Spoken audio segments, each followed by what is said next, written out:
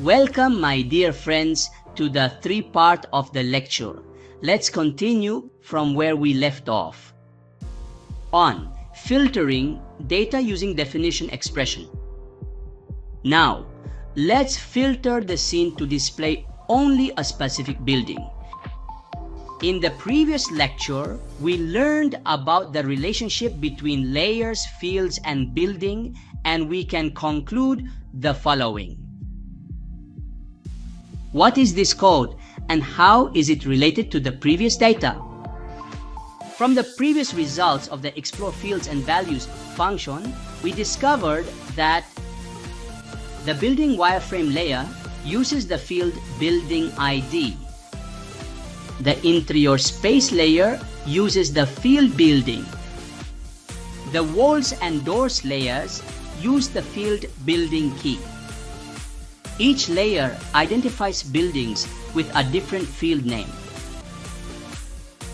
Now that we've implemented some code in the browser, learned how to parse the code, and learned how to query the browser, let's move on to the Visual Studio application to add code for querying, filtering, and displaying detailed data to interact with the user.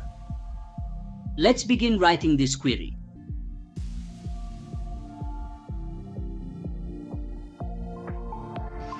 Why this object?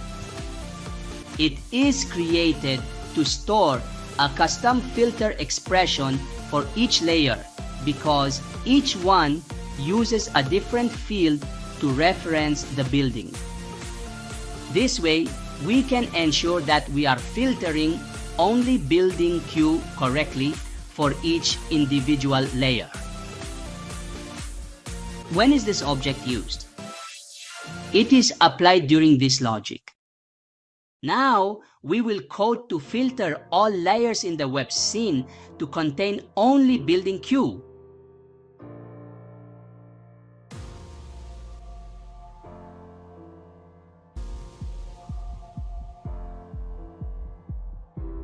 This means, as soon as the web scene loads, we loop through all the layers. For each layer, we set a definition expression that filters data to only show features of building queue. The expression is selected from the building query object based on the layer's title. Now we will decode to preload the fields for filtering.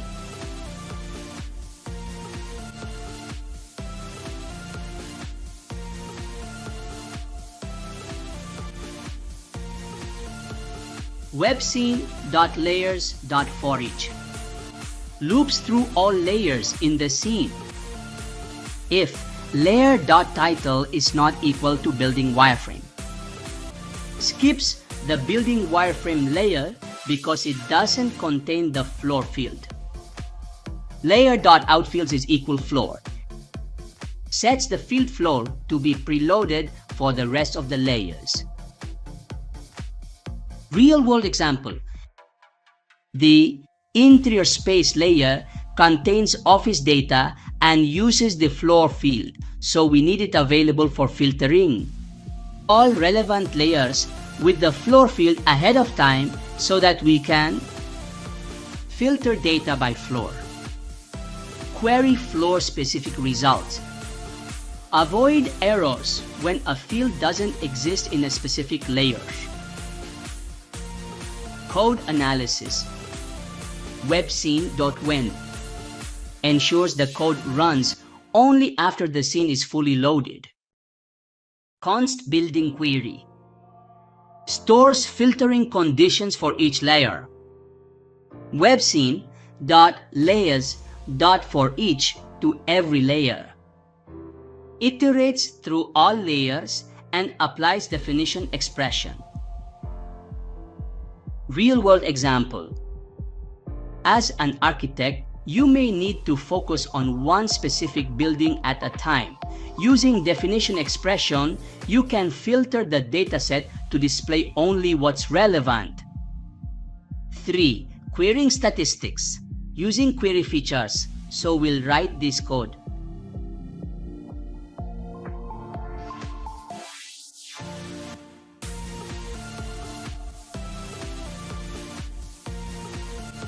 After filtering the data, let's retrieve the number of office spaces per type. We'd write this code.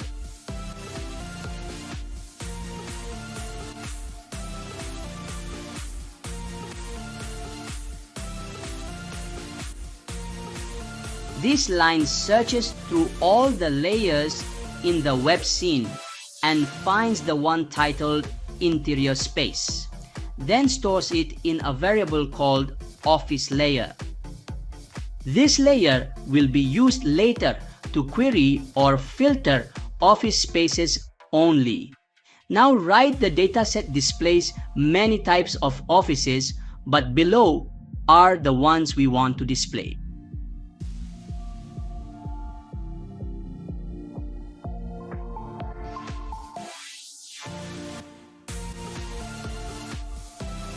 This variable holds a list of office types that we specifically want to work with or display in our dashboard. It helps us filter, count, or label only the relevant office types in the scene. Summary. Office layer refers to the 3D layer that contains office space features. Office types is a list of office categories that we are interested in for filtering, counting, and display purposes. Now we create another function called display office types. This function that calculates how many office types are currently shown and displays this in the legend. In other words, the display office types function counts how many office types are currently visible on the map and then shows those counts in the legend, like a live summary. Now, let's create the function to display office types.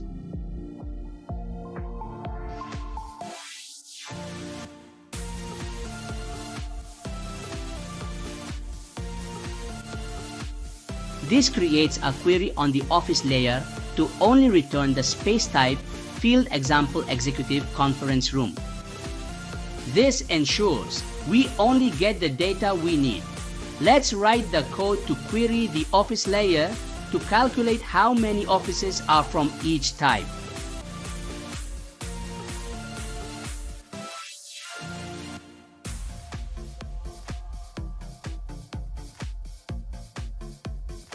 This executes the query and waits for the response, which will be a list of rooms. And this code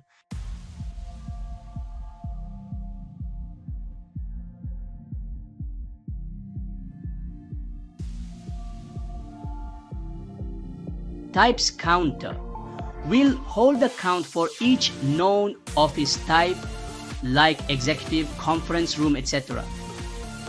Others counter will count all unknown or unexpected office types. And to count the types of all the features returned from the query, we will write the code.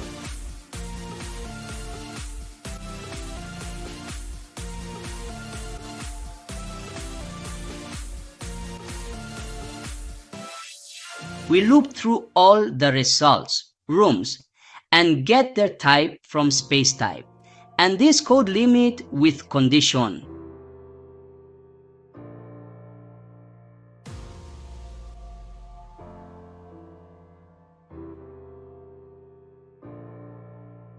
If the type was already counted, we increment it.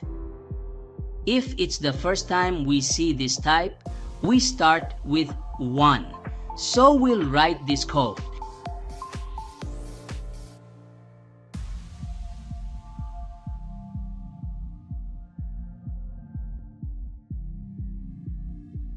If the room type is not in the official list of office types, we count it as an other. To set the results in the legend, we need to modify the labels in the renderer, so we'll write this code.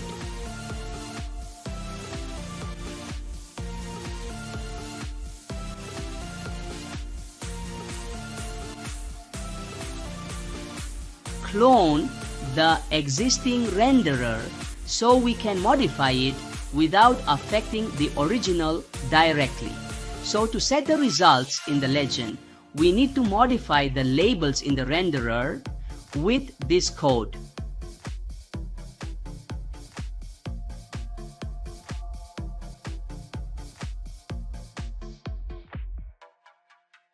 Update the legend labels for each known room type and show how many of each exists. We write this code.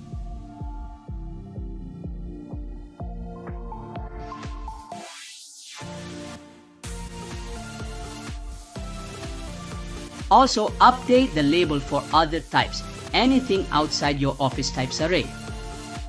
Finally, apply the new renderer to the layer to update the map legend. Call the method to display the counts from each office type in the legend.